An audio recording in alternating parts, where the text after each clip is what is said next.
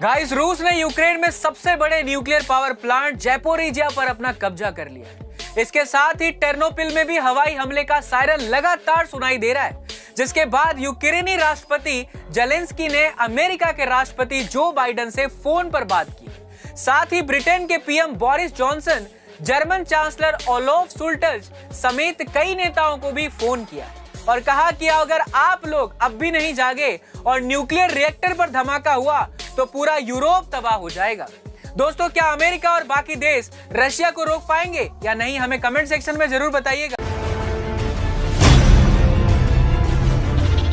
रूस और यूक्रेन के बीच सैन्य स्तर पर तो युद्ध जारी है ही, लेकिन इंटरनेट की दुनिया में साइबर वॉर भी लड़ा जा रहा है। इस युद्ध में कई बार यूक्रेन की कई जरूरी वेबसाइट्स को हैक कर लिया गया और इस हैकिंग के पीछे आरोप जड़े गए रूस पर। लेकिन अब रूस खुद भी इस हैकिंग के जाल में फंस गया है। जी हां गाइस, अभी कुछ ही दिन पहले रूस के कई प्रमुख टीवी चैनल्स और उनके कई मीडिया रेगुलेटर पेज हैक कर लिए गए। हैकिंग भी कुछ ऐसी की गई कि उन टीवी चैनल्स पर कुछ देर के लिए यूक्रेन के गाने चलने लगे। यूक्रेन की टेलीकॉम एजेंसी ने खुद इस बात की पुष्टि की है, लेकिन अभी तक रूस की तरफ से इस हैकिंग पर कोई जवाब नहीं दिया गया। गाइस, रूस और यूक्रेन का ये युद्ध किस स्तर तक जाएगा ये कोई कह नहीं सकता, लेकिन ऐसे अमेजिंग जानकारियों के लिए share, subscribe and like. Ukraine पर हमला करने की वजह से रूस को चौतरफा वार झेलना पड़ रहा है।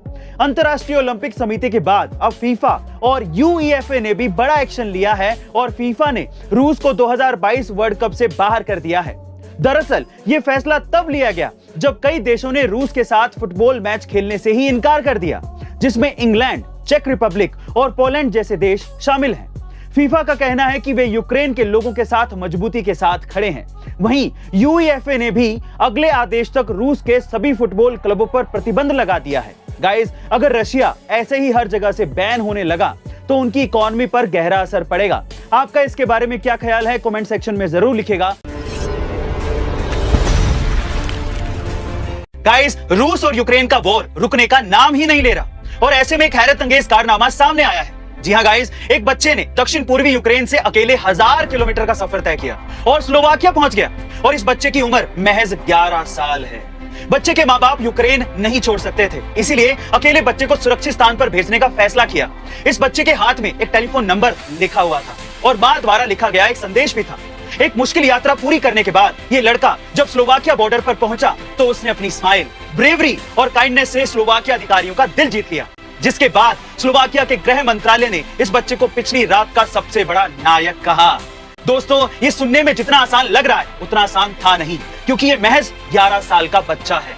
सलाम है इसके हौसले को। ऐसी अमेजिंग मोटिवेशनल वीडियोस के लिए शेयर, सब्सक्राइब एंड लाइक। मिलते हैं अगली वीडियो में।